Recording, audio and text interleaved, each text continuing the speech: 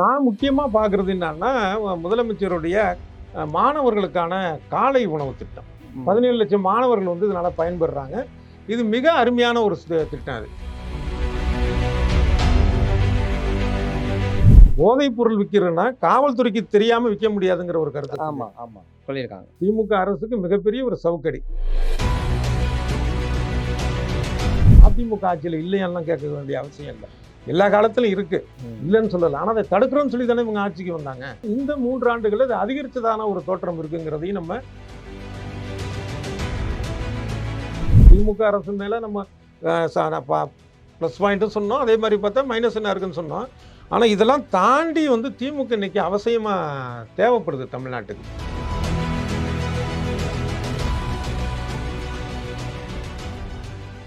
கேள்வி கடைகள் நிகழ்ச்சிக்கு வரவேற்பதில் மகிழ்ச்சி. திமுக அரசு அமைந்து 3 ஆண்டுகள் நிறைவடைந்து விட்டது. இந்த மே 7ஆம் தேதியோட. அதோட இந்த 3 ஆண்டுகள் ஆட்சியோட செயல்பாடு, ஸ்டாலின் அரசோட செயல்பாடுகள் எப்படி இருக்கு அப்படிங்கிறது சம்பந்தமா விவாதிப்பதற்காக இணைந்திருக்கிறார் மூத்த பத்திரிகையாளர் டிவி சோமு அவர்கள். வணக்கம். வணக்கம். இந்த 7ஆம் தேதியோட 3ஆவது ஆண்டு முடிஞ்சு கிட்டத்தட்ட 4ஆவது ஆண்டுல அடி எடுத்து வைக்கிறாங்க. அது கூட ட்விட்டர்ல இதெல்லாம் கொண்டாடினாங்க. ஆனா தேர்தலுங்கிறதுனால வெளிப்படையா அவங்க வந்து கொண்டாடல எதுவும். நீங்க எப்படி பார்க்குறீங்க இந்த 3 ஆண்டு திமுக அரசர? ரொம்ப பெருமையா அவங்க சொல்லிக்கிறது வந்து வெளிநாட்டு முதலீடுகளை வந்து இழுத்துருக்குறோம் பெரிய அளவுல. ம். இப்போ மலேசியா, ஜப்பான் இதுலலாம் கூட வந்து அவங்க முதலீட்டாளர்களுக்கான மாநாடெல்லாம் முதலமைச்சர் ரொம்ப ஈடுபாடோட ஆமா. பண்ணாரு.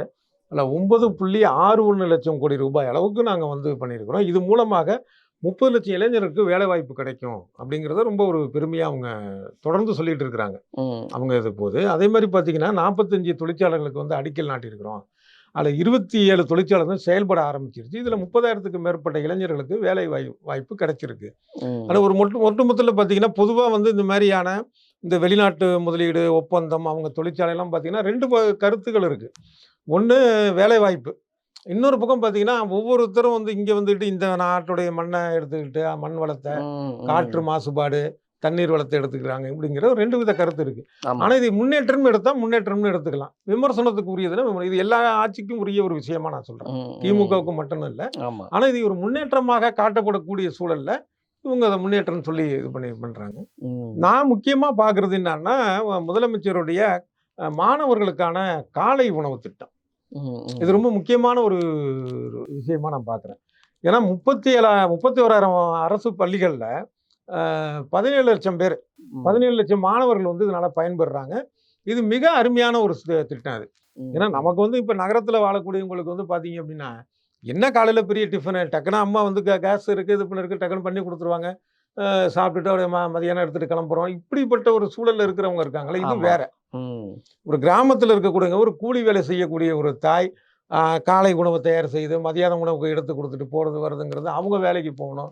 ஒரு எளிய மக்களுக்கு வந்து அது பெரிய சுமையான ஒரு விஷயம்தான் அது இன்னைக்கும். அப்போ பையன் வயிறார சாப்பிடுவான் அங்கே ஒரு மதிய சாப்பாடு மாதிரியே காலை சாப்பாடும் அங்கே கிடைக்கும் அப்படிங்கிற ஒரு இது இருக்கு இல்லையா. நிச்சயமாக கல்வித்தரம் உயரும் இதில். இப்போ அந்த ஒரு பிரச்சனை வந்து அதாவது இதில் இந்த விஷயத்தில் ஒரு இது நம்ம சொல்லணும். என்னன்னா குடிசைக்கு ஒரு விளக்கு திட்டம்னு எம்ஜிஆர் கொண்டு வந்தார். கொண்டு வந்த நேரத்தில் பல பேர் அதை வந்து கிண்டல்லாம் பண்ணாங்க.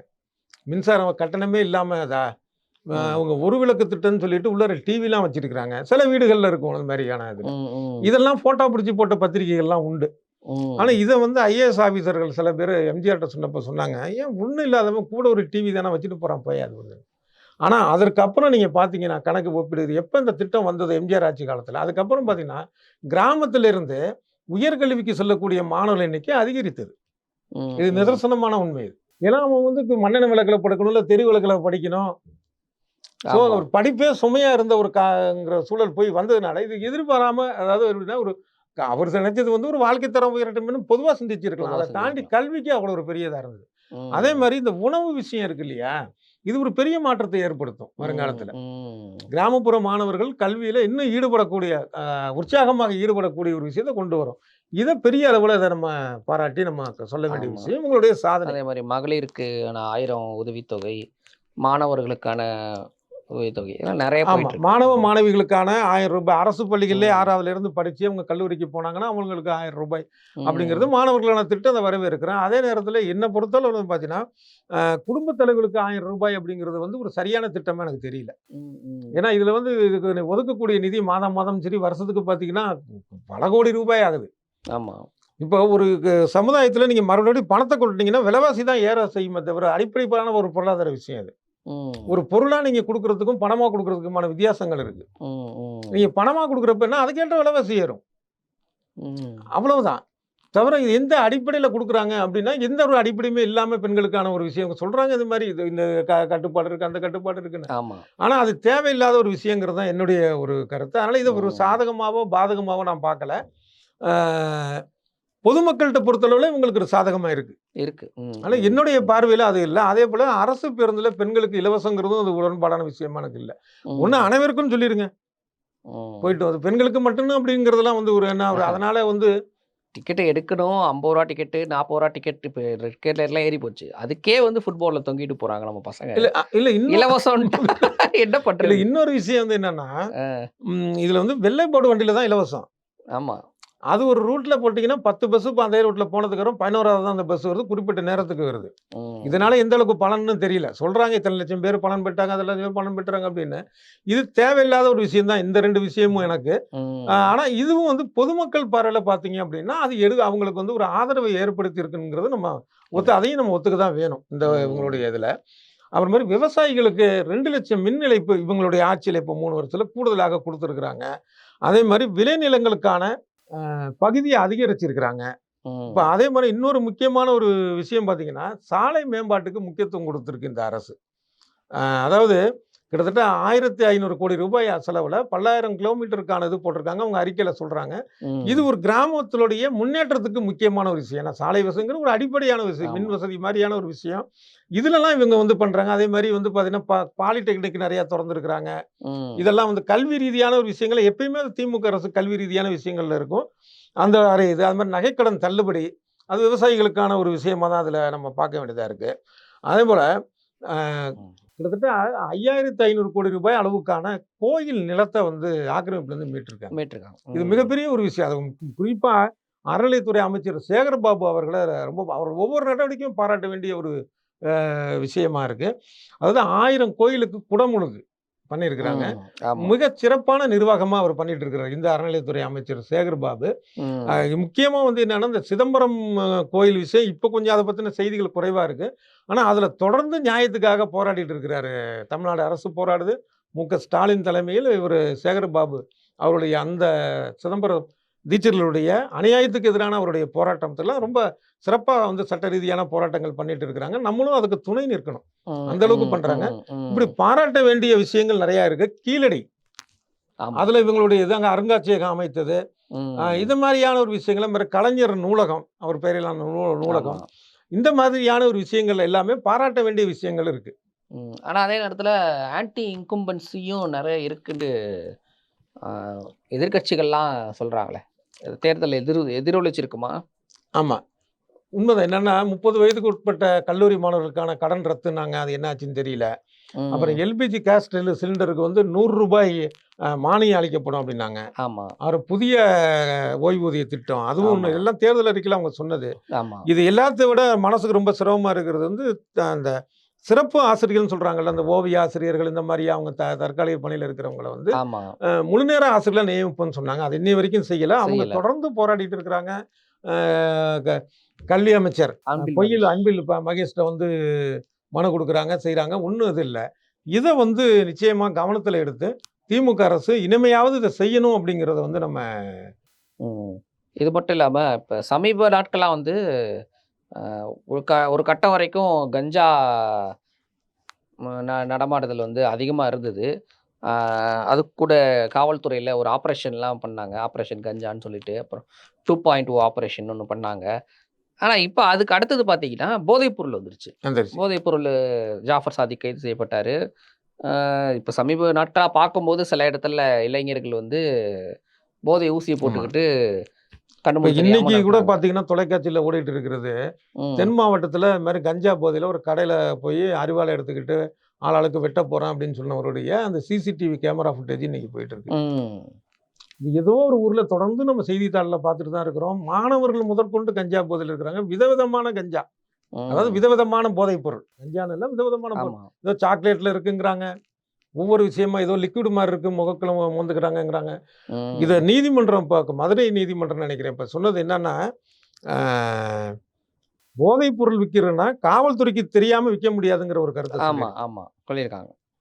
இது இந்த திமுக அரசுக்கு மிகப்பெரிய ஒரு சவுக்கடி. ஏன்னா காவல்துறையை கையில வச்சிருக்கிறவர் வந்து முதலமைச்சர் மு க ஸ்டாலின். அப்ப அது ஒரு மிகப்பெரிய ஒரு கண்டனமான ஒரு விஷயம். இது காவல்துறையை சொன்னதுன்னு இல்லை, மு க ஸ்டாலின் சொன்னதாதான் அது அர்த்தம். கரெக்ட். அதை உணர்ந்து இனிமையாவது அதுக்கான நடவடிக்கை. எங்க பார்த்தாலும் கஞ்சா போதை மிகப்பெரிய அளவுல இருக்கு. பயமா இருக்கு, ரோட்ல போறதுக்கே பயமா இருக்கு. இந்த எவன் கஞ்சா அடிச்சிட்டு வந்து நம்மள சம்மந்தமே இல்லாம வந்து மோதுவானோ, அடிப்பானோ, உதப்பானோங்கிற ஒரு இது இருக்கு. பெண்கள் நடமாடுறதுக்கான ஒரு விஷயங்களா இருக்கு.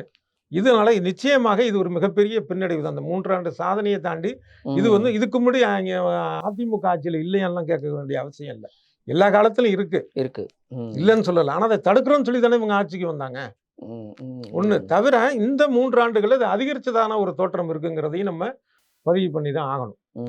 அந்த மாதிரி இருக்கு. இந்த போதை நோனதை ஞாபகம் வரக்கூடிய இன்னொரு விஷயம், ஏற்கனவே வந்து சொன்னாங்க ஒரு முறை கனிமொழி அவர்கள் வந்து, திமுக எம்பி கனிமொழி அவர்கள், நாங்கள் ஆட்சிக்கு வந்தால் மதுக்கடைகள் எல்லாம் முழு மது விலக்கை கொண்டு வருவோம்னு சொல்லி பேசுறாங்க. அந்த தேர்தலில் தோத்துட்டாங்க. இப்போ மறுபடியும் ஜெயிச்சிட்டாங்கல்ல, இப்போ அதுக்கான நடவடிக்கை எடுக்கலாமே. இப்போ இது இல்லைன்னா வந்து அரசே இயங்காதுங்கிறாங்க. அப்படிலாம் இல்லையே, பீகாரில் இயங்கிட்டு தானே இருக்கு, குஜராத்தில் காலங்காலமாக இயங்கிட்டு தானே இருக்குது. அதாவது குஜராத்தில் காலங்காலமாக இருக்குது, மற்ற ஒன்றிய அரசு ஏதோ நிதி கொடுக்குது அது இதுங்கிறாங்க. ரைட்டு, பீகாருக்கு என்னாச்சு, இயங்கிட்டு தானே இருக்கு. நம்ம கேட்குற நிதியே கொடுக்க மாட்டாங்க, அப்புறம் இதுவும் போயிடுச்சுன்னா என்ன? ஆனால் இதில் என்ன விஷயம் அப்படின்னா, இதுலேருந்து வரக்கூடிய நிதி இருக்கு இல்லையா, இதை வைத்து ஆட்சி செய்வது அப்படிங்கிறதே ஒரு அசிங்கமான விஷயம். ஒன்று, ஏற்கனவே அண்ணா அவர்கள் சொன்ன விஷயம்தான் அது. இன்னொன்று என்னன்னா, மது ஆலைகள் யார் வைத்திருக்கிறாங்கன்னு பாருங்க. இந்த ஆளுங்கட்சிக்கு இல்லை இன்னொரு எதிர்கட்சிக்கு சம்பந்தமான ஆட்கள் தான் இருக்காங்க. ஆக இந்த தனிப்பட்ட இந்த வருவாய் தான் மெயினான விஷயமா இருக்குங்க தவிர, அரசு நலன் அப்படிங்கிறதுக்கெல்லாம் விஷயமா நம்ம சொல்ல வேண்டியதுன்னா, இப்போ ஒன்றும் சொல்ல போனா இப்போ எத்தனையோ வரிகள் வந்து ஏய்க்கப்படுகிறது. ஒரு வணிக வரியா இருக்கட்டும், எத்தனையோ தில்லுமுல்கள் இருக்குல்ல, இதெல்லாம் சரியா அவங்க வாங்கினாலே போதுமே. இப்போ பத்திரப்பதிவு ஊழல்லாம் வருது, அந்த மாதிரி இல்லாம அதுல சரியான வரியை வாங்குறது. அது மாதிரி இந்த நிலத்தை அதாவது எப்படின்னா இந்த கனிம வளத்துக்கு ஒதுக்கீடு பண்ணக்கூடிய விஷயம், அதெல்லாம் அரசு எடுத்து நடத்தலாம். இப்படி வருமானம் வரக்கூடிய விஷயங்கள் எவ்வளவோ இருக்கு. இதுதான் குடிக்க வச்சுதான் நான் வந்து வருமானம் இல்லை. இவங்க தனிப்பட்ட சாராய ஆலைகளுக்கான நலனுக்காக தான் அப்படி இருக்கிறதா தான் நம்ம நினைக்க வேண்டாம். இதுவும் வந்து அதிமுக இல்லையான இதுக்கும் கேட்பாங்க. அப்படி இல்லை, அதிமுக பண்ணாலும் தவறு தான், திமுக பண்ணாலும் தவறு தான். ஓகே, இந்த இவங்களோட செயல்பாடு வந்து இந்த எலெக்ஷன்ல ஏதாவது ரிஃப்ளெக்ட் ஆயிருக்கும்னு நினைக்கிறீங்களா? இல்ல மோடி எதிர்ப்புங்கிற ஒற்றை குறிக்கோள்ல இருந்ததுனால 40 வந்துருவாங்களா? இல்லை, நிச்சயமா 40 வருவாங்கன்னு தான் தோணுது. என்னன்னா, இப்போ நம்ம திமுக அரசு மேலே நம்ம ப்ளஸ் பாயிண்ட்டும் சொன்னோம், அதே மாதிரி பார்த்தா மைனஸ் என்ன இருக்குன்னு சொன்னோம். ஆனால் இதெல்லாம் தாண்டி வந்து திமுக இன்னைக்கு அவசியமாக தேவைப்படுது தமிழ்நாட்டுக்கு. ஏன்னா இது இந்த ஒரு கட்சி தான் சமூக நீதிக்கான ஒரு கட்சியாக வளர்ந்த கட்சிகளில், தேர்தல் அரசியல் ஈடுபடக்கூடிய கட்சிகள்லேயே ஒரு செல்வாக்கான கட்சிகள் இருக்கிறது இதுதான். எந்த அளவுக்குங்கிறதுல வேணா அவன் கருத்து மாறுபாடு இருக்கலாம், ஆனால் சமூக நீதிக்கான ஒரு கட்சியாக தான் அது இருக்குது. அது சதவீதம் கூட குறைச்சி இருக்கலாம். அப்போ பாஜகவுக்கு எதிரான ஒரு கட்சியாக இருக்கிற திமுக தான், இதோட அவசியம் இருக்கு. இதை மக்கள் உணர்ந்திருக்கிறாங்க. குறை சொல்றது அப்படிங்கிறது வந்து குறை இருக்குன்னு சொல்றோம், அவ்வளவுதான். அதுக்காக வந்து திமுகவே இருக்கக்கூடாது, அது ஓட்டு போடக்கூடாது அப்படிங்கிறதுலாம் ஒன்றும் கிடையாது. இன்றைக்கும் திமுகவுக்கு ஓட்டு போட வேண்டிய கட்டாயம் இருக்கு, இதை மக்களும் உணர்ந்திருக்கிறாங்க. ஆனால் கடந்த நாடாளுமன்ற தேர்தல் மாதிரி இந்த நாடாளுமன்ற தேர்தலில் மிகப்பெரிய அளவில் வந்து திமுக வெற்றி பெறும். அதே நேரத்தில் தன்னை நம்பிய மக்களுக்கு, வாக்களித்த மக்களுக்கு, இன்னும் வாக்களித்த இப்போ சமீபத்தில் கூட அப்படிதான் நம்புறேன், நான் திமுக தான் வாக்களிச்சிருப்பாங்க நம்புறேன். அது மாதிரி வாக்களிக்க போற மக்களுக்கு சரியான விஷயத்தை திமுக செய்யணுங்கிறத உரிமையோட கேட்குறோம். ஓகே சார், நம்ம தொடர்ச்சியா அவங்களோட செயல்பாடுகளை பார்த்துட்டு அடுத்தடுத்த நாட்களில் பேசுவோம். நேர்காணல் பங்கேற்றமைக்கு நன்றி. நன்றி.